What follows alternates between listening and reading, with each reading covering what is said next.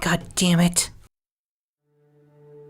In Evelyn's private drawing room, Tara is kneeling in front of the back door, wiggling a paperclip around in the lock. It looks like she's never done this before. Tara, let's go. This is a bad idea. I'm not leaving it till I get in here. She knows something about Maddie. I know she does. I look around the room. I've been in here plenty of times, but never into the connecting study. Evelyn hasn't so much as opened the door to it with me in the room. I'm starting to regret telling Tara about it, though, if we don't get out of here. I'm not disagreeing, but this isn't going to help. We need to. Shit! She hisses and pulls her hand away. Her fingers are brilliant red as she holds them to her mouth. Are you okay? I think it burned me. What the hell? Screw this. Let's just break the door down. She takes a step back from it. It looks like she's ready to kick it. I put my hand on her shoulder. I really can't think of a worse idea right now. She'll just end up hurting herself. Listen to me. We have to get out of here, trust me. She doesn't move to kick the door, but she also doesn't seem to have heard what I just said. If she hurt Mads, I'll kill her. Tara vibrates in my hands. In this state, there's no telling what she'd do if I weren't here to stop her. She'd probably be lighting a fire in the corner of the room or something by now. I can't let her get hurt anymore, though. I can't let anyone else get hurt. Listen, Tara, I've tried to force it open before. I think she has some kind of ward on it. No matter what we do, I don't think we're getting in there. I'm not sure what Tara hopes to find in there anyway. Even if it's locked, I doubt Evelyn is arrogant enough to leave any real clues lying around in there. There has to be some way in. There has to. We'll get at that office, and we'll find out where she took Mads. I don't care how much weird magic bullshit Evelyn's got. We're gonna rescue Mads. But she still hasn't given up hope that Maddie's alive. I wish I could share her optimism. All I can feel is guilt. All of this was my fault. If I never asked them to come here, no one else could have been hurt. Tara, we need to go. Whatever burned you probably alerted Evelyn. She could be on her way right now. No, we can't give up now. Mads needs us. Tara, we need to consider the possibility that... Tara wheels towards me and grits her teeth. I can't tell if any of the anger she's feeling now is for me. If it is, I can't blame her. She hasn't been willing to face the truth of the situation. But she has to face it eventually. That what, Morgan? That she just killed my friend? Do you seriously think she'd do that to Mads just for looking around the woods? Yes, I do. My voice is colder than I mean for it to be. I instantly wish I could take it back. But she still doesn't understand. I get that she doesn't want to face the idea of Maddie being dead, but she can't ignore the danger we're in. The look in Tara's eyes, however, says that this isn't helping right now. I'm sorry. You're right. We don't know for sure yet, but we can talk about this later. Right now, we really need to. Behind me, the door to the room slowly creaks open. My heart stops. I can't move. I can't turn around. I already know what I'm going to see. Good morning, Morgan. Tara? Instantly, I dash between Evelyn and Tara. Nothing good can come from these two being in the same room together. I have to keep them apart. Evelyn just laughs. Just the sound of her voice makes me want to run, but I can't. You both seem so on edge. I'm sorry you don't seem to find my drawing room as relaxing as I do. Maybe it's time for some redecorating. How'd you feel about a more earthy palette? She crosses the room to the window and leisurely picks up one of the curtains, pretending to examine it.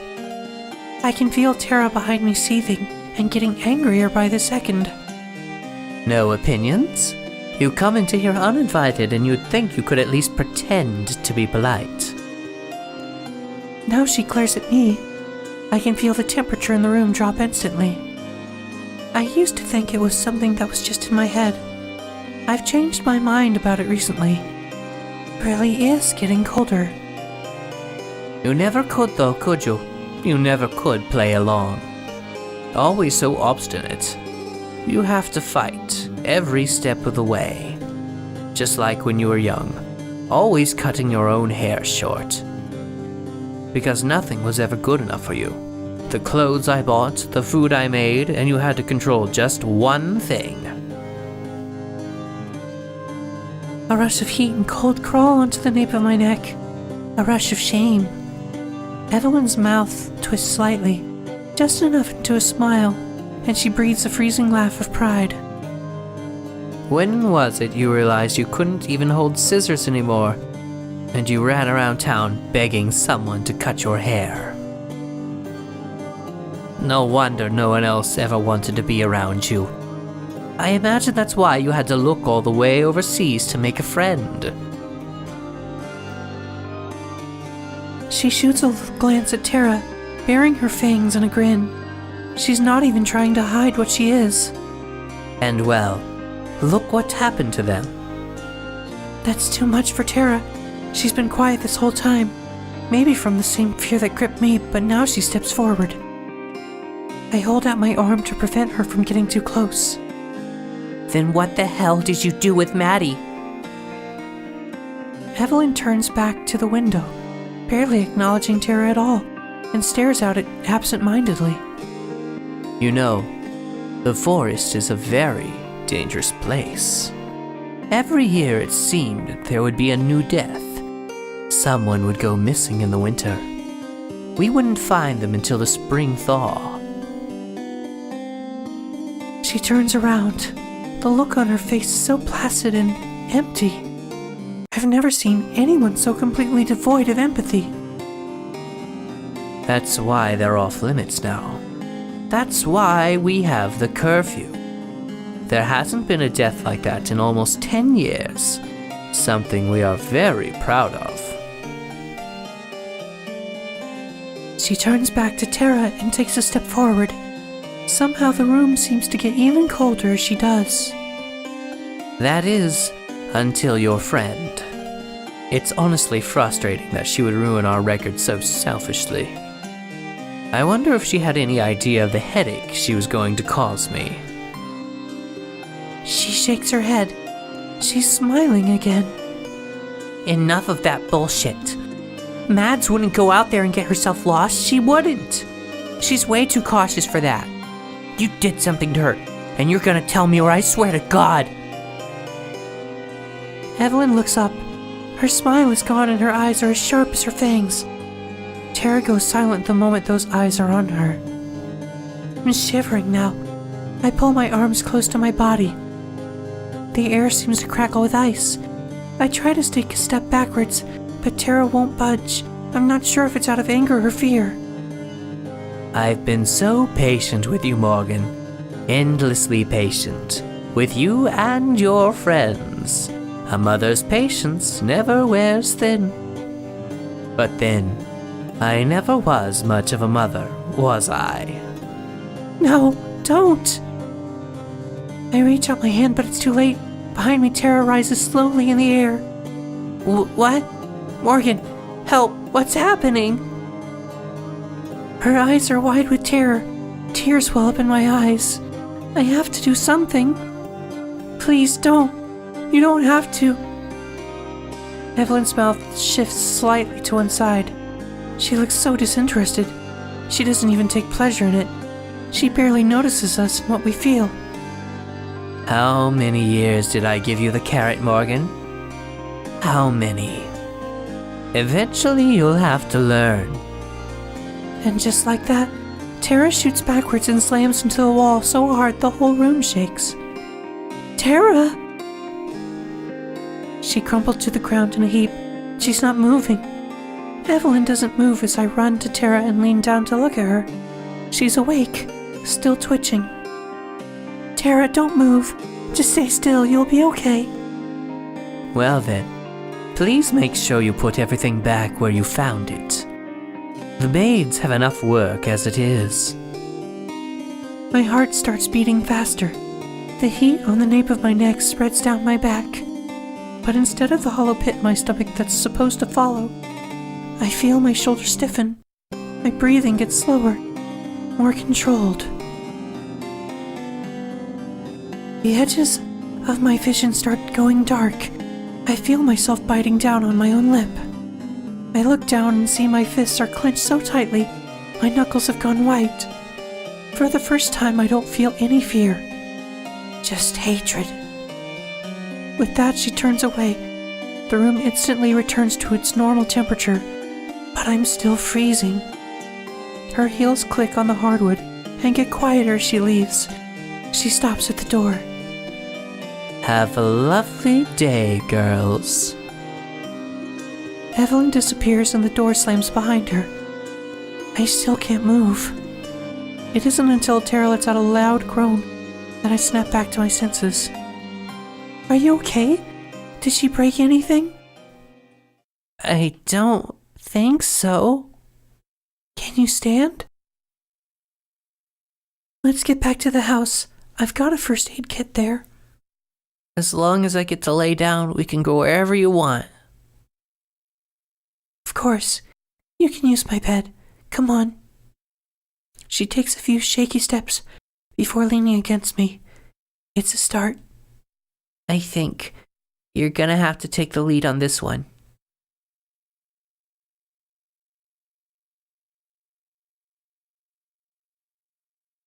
Tara does her best to help me get her up the stairs, but whether it's due to injury or shock, she barely is able to stay standing while leaning on me.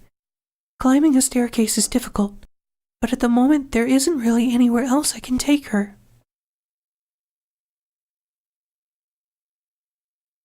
When I open the door to my room, Caladora is at the center of the bed, cleaning her paws contemptively. She doesn't look up at us.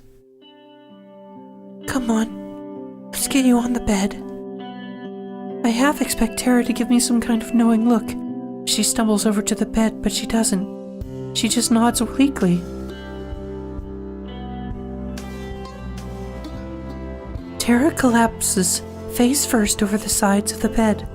Caladora doesn't even budge as it shakes with the weight. She acts like she doesn't even notice. Caladora, move please. No response. She just continues slowly raking her tongue over her paws. Ever since Tara and Maddie got here, she's been particularly obstinate. I wish I knew why.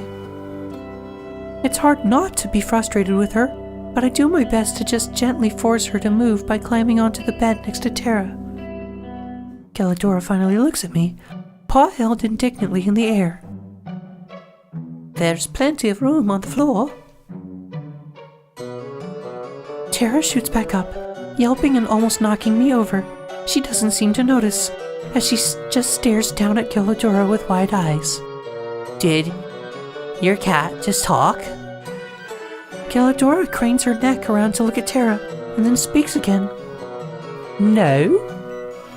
Her voice is languid and drips out of her mouth like syrup. Tara's eyes dart back from the cat to me, to the cat again, hoping for some kind of concrete response. Yeah, I told you. Her face lights up with newfound energy. The lines of pain that had creased it disappear in an instant. I knew it. I knew I could trust you. Sure, it was weird she didn't actually talk, but I get it. Shy around strangers, that's valid, and also big mood. But I knew it. I knew you weren't lying. I smile. After everything we've been through together, a part of me feels warm when she says that. My chest glows with a warmth I've only felt around Tara. After everything, it should be obvious that she believes me. But Tara's sincerity catches me by surprise every time. Caladora doesn't seem to find it as endearing. She rises methodically, then paws towards the foot of the bed. I'm worried about her. Every month she's gotten more and more cat-like, but this was the first time that she didn't speak at all. And we're so close to the full moon now. She's not going to get much stronger than this. I can't help but wonder how much time she has left. Geladura, how are you feeling? I feel hungry. Did you bring me food, Morgan? I don't think you did. She stares at me. The expression on her cat face is unreadable. I didn't. I'm sorry, Geladura. It's been a difficult morning. I looked at Tara. You don't have anything, do you? I think I have a melted chocolate bar in my pocket, but can magical talking cats eat chocolate? Geladura regards Tara silently, her white tail swishing slowly across the bedsheets. Then, without saying anything, or giving any indication of her intentions, she turns and hops onto the windowsill. Geladura, wait! She turns her head back to me and gazes into my eyes. I feel like I'm being measured.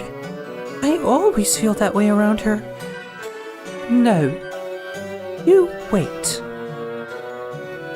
She turns away and sways her tail lazily. I will be back. And with that, she leaps through the window to the branches of the nearby tree. She slips through them like a rush of white water until she's gone from sight. Tara and I sit there quietly for a few minutes before she finally speaks. Your cat is weird. Yeah, a little. Tara smiles, I smile back, and we sit there together. Geladura is gone for hours. I need to talk to her. Things have changed so much today. I think she'll know what to do. I hope she will. In the meantime, I tend to Tara. She protests at first, saying she's fine. I don't doubt she thinks that, but I want to confirm that for myself. Eventually, I'm able to convince her to let me look. Her back is essentially one giant bruise, but that's it. It doesn't look like anything was broken, at least. It's a relief. But maybe we were just lucky. Maybe next time Evelyn will do worse. There's no telling what she's capable of. And I can't let anyone else get hurt. So, what's the deal with gelato? I open my mouth to speak, but before I can, Tara cuts me off. I mean, I know she can talk. Please don't say she can talk. You're gonna say she can talk, and I'm just seriously asking you don't. I want to know what her deal is. Promise me you won't say she can talk. I promise I won't say she can talk. Tara nods. Her name is Geladura. Tara stares at me for a second, before we both laugh. Okay. Her name is Geldorado. But like, why can she talk? I met lots of weird cats, but none of them could actually talk. Well, it's because she's not really a cat. Of course. Tara tries her best to sound like she's completely understood the situation now, but it's obvious she hasn't. I take a deep breath. Geladura isn't a cat. She's a fairy. I don't know a lot more than that. I know Evelyn cursed her to be in that form. Her memories are hazy though, and it's only been getting worse. She wasn't always like this. She's been around as long as I can remember. She only started talking to me when I was 12, but even back then she's forgetting she was even a fairy. I'm worried that soon she's not going to be anything other than a house cat. Tara nods, seemingly taking everything in, and then she's quiet a moment, thinking about it. She doesn't really seem that helpful. I nod my head sadly. She used to be. I'd have never known anything about what Evelyn was without her. For a long time, she was my only friend. She was the only one I could really trust. I still believe in her. I still believe she can help. I look away. Even if I'm telling her my story, There's still so much I'm not ready to share about growing up here. I don't know if I'll ever be ready. I know it sounds like I was just a lonely little kid looking for a friend, but I promise she has the knowledge we need in there somewhere. Tara starts to lean towards me, while letting out a grunt of pain as she moves. I go to push her back down onto bed, but before I can do that, her arms wrap around me. She gives me a gentle squeeze and I lean into her response. I want to hug her too, but I know that wouldn't be doing her back any favors. So I sit there and let her hold me. Try to take refuge in it. Try to remember that I'm not alone. You don't have to make excuses. I believe you. And I'm sorry you had to grow up like that. It's their loss that they didn't stick around to see how cool you turned out to be. She pulls back and grins at me, the same goofy grin I've seen hundreds of times before.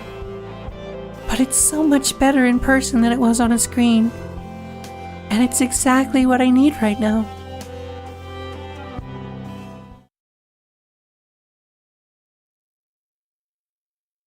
Tara and I wait out the day watching dumb videos on the internet, trying to take our mind off things, if only for a moment.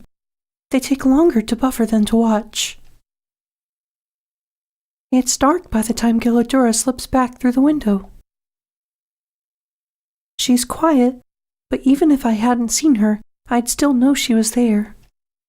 Something about the air in the room changes when she enters it, same as Evelyn. Gilladura thinks they were close once. She doesn't know how, but I believe her. Hello, Gilladura. Meowdy. I'm stunned for a brief moment. How is your hunting?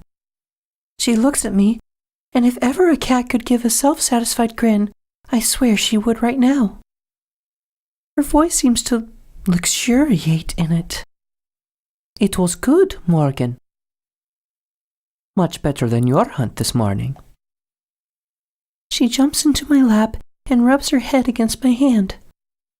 How does she know about that? I know much about Evelyn, and Evelyn knows everything about you. What did you think would happen, cursed child? I hate when she calls me that. I've spent years dealing with it looming over me, and the last thing I want is her rubbing it in. Even more, I hate that she's right. I should have known this would happen. I should have kept Tara from going to the office. But I never imagined Evelyn was that strong. Tara is paying the price for my failure. Evelyn is as good a hunter as any cat. She'll never let her prized vessel out of her sight. She's watching you even now, Morgan. And when the moon is full, she will finally strike. And then, still in my lap, she curls up and closes her eyes. I'm not going to get any more out of her tonight. Tara doesn't say anything for a while. She looks contemplative even. But when she does speak, she asks the question I knew she would. Why'd you call her cursed? I wish I could lie. It may be the first time I've ever wanted to lie to someone other than Evelyn, but I can't. Tara deserves to know what she's involved in. Because I am. Tara just stares at me, half in shock. She quietly waits for me to continue. I hesitate a moment before continuing regardless. Evelyn is not my real mother. My real mother died before I was born. And whatever Evelyn is, she took her body. She's done it to our family for years. Gilladura and I pieced it together from town records and scraps of my mother's diary. Every couple decades she has to change hosts and... I look into Tara's eyes. This is the first time I've told all this to anyone. And you're next. Tara says the words I don't want to. Evelyn's going to make her move on the night of the full moon. That's what Gilladura says. I close my eyes. I know she's right, but I don't want to admit it, even to myself. The full moon is so close. And then I feel a hand, grip tight on my own. I open my eyes and see Tara staring back into them. Wow, that's a lot. And, it's really hard for me to know what to say here, but thank you for telling me. We're gonna stop Evelyn. And if it has to be before the moon is full, for whatever reason, then we'll do that and we'll save Mads. We'll stop her, I swear.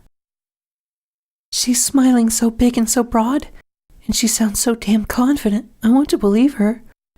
More than anything, I hope she's right. For the first time in my life, I want to trust someone.